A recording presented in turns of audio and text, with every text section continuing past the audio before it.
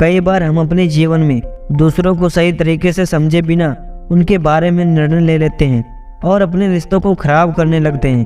किसी भी रिश्ते को अच्छे से समझने के लिए हमें थोड़ा समय जरूर देना चाहिए। कहते हैं कि किसी भी रिश्ते की डोर तब कमजोर हो जाती है जब इंसान रिश्ते में उठने वाले सवालों के जवाब खुद ही बनाने लग जाता है। दोस्तों, आज हम ऐसी ही कहानी सुनाने जा रहे हैं। एक बार एक 4 साल की छोटी बच्ची और उसके माँ एक गार्डन में टहल रहे थे। बच्ची के हाथों में 2 सेब थे। बच्ची की माँ ने बच्ची के पास जाकर पूछा, क्या तुम मुझे इन 2 सेबों में से एक सेब दोगी? माँ की ये बात सुनकर बच्ची थोड़ी देर के लिए शांत हो गई।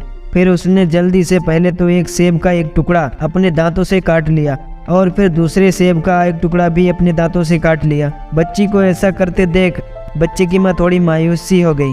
उसे लगा कि उसकी बेटी में शेयर करके खाने की आदत ही नहीं है। जब वो मुझे अपनी चीज नहीं देना चाह रही है तो फिर दूसरों को क्या देगी? बच्ची की माँ मायूस होकर भी मुस्कुरा रही थी ताकि बच्ची को बुरा न लगे। तभी अचानक बच्ची ने उन 2 सेबों में से एक सेब अपनी माँ की ओर बढ़ाते हुए कहा कि मम्मी, आप ये वाला सेब खाओ क्योंकि ये ज्यादा मीठा है। बच्ची की ये बात सुनकर उसकी माँ अचंभे में पड़ गई।